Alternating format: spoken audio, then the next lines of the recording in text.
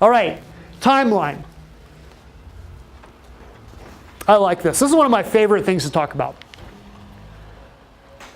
There's different stages of the rehab, right? When you start out, you're going to put it under contract. You're going to take a couple weeks to close. So what the timeline deals with is when you're going to get paid.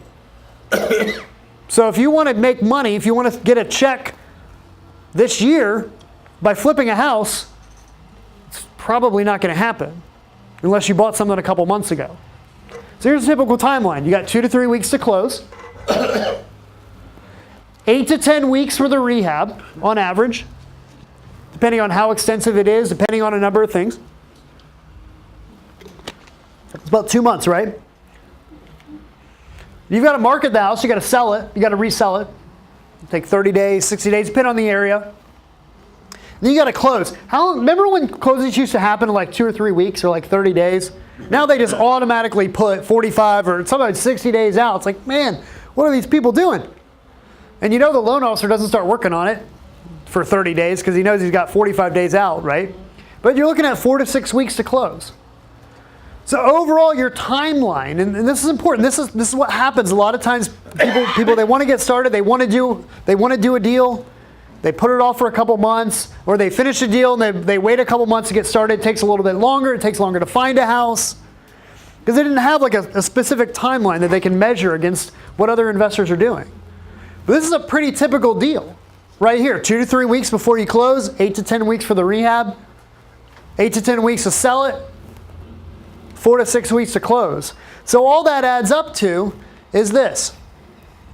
The one thing that you can change, you can kind of change the market by picking what area you want to buy in. But what you can affect yourself is how quickly you get the rehab done. We refer to this here at Build as the rehab rate. So it's how long it takes you to complete the rehab relative to the total cost. And we know, because we've sold hundreds and hundreds and hundreds of houses, about how long it takes real estate investors at different experience levels to complete a rehab. And sometimes it's not very pretty. Take this for example, a $35,000 rehab. If your rate of rehab was $5,000, that's how much work you can get done in 1 week. That means that rehab would be done in how much time? 7 weeks. 7 weeks. So going back to that formula, that's the one thing that you can really affect, is how quickly you turn those rehabs around. There's a huge difference between the investors who are really making it happen and the ones that are just kind of stumbling along. Some of these people will take a year to finish one rehab. In the meantime, other investors have done 4 in that time. They never took on more than one at once, but they just turned them quickly. And these are all people with full-time jobs. They're not full-time contractors. This is what they're doing on the side. This is the biggest difference that you can make. I'll throw out 3 figures for you here. 1, an advanced rehabber, we have guys that do this, that are knocking out rehabs at a rate of $10,000 a week. So that means a $30,000 rehab they can get done in about a month. New investors, I hate to say it, are about $1,500 a week. So if you're over that, you're doing good. But most investors, and this year alone, we've sold to 94 brand new real estate investors. And that's about the pace. And look, we'll take you right there. We'll help you. I'll give you everything you need, but I can't drag you through it. If you do it yourself. A lot of them, what they end up trying to do is do a lot of it themselves. And we'll talk about what you should do yourself and what you shouldn't. That's what ends up happening. They try to save a little bit of money by trying to do it themselves. Or try to go with the cheapest contractor instead of the most reliable. So they end up paying somebody twice. The guy that they didn't hire at the beginning, they end up hiring him later to come back and fix the job of the other guy, right? And you laughed when he said, "We can pay me now or pay me later." You're like, I wonder what that means. You found out 3 weeks later.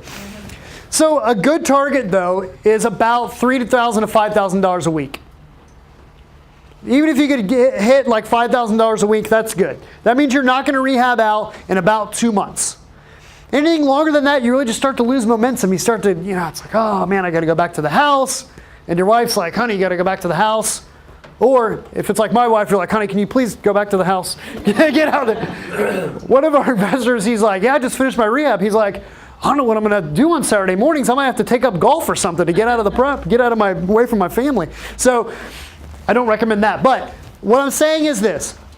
understand how long it's going to take you to get that rehab done, and always try to get it done quickly. Just get it on, get it over with, get it finished, get it on the market, and get it sold. You don't want to think that you're going to be put a house on the market in the spring and you don't finish it, and the next thing you know, it's Thanksgiving, you're putting it on the market.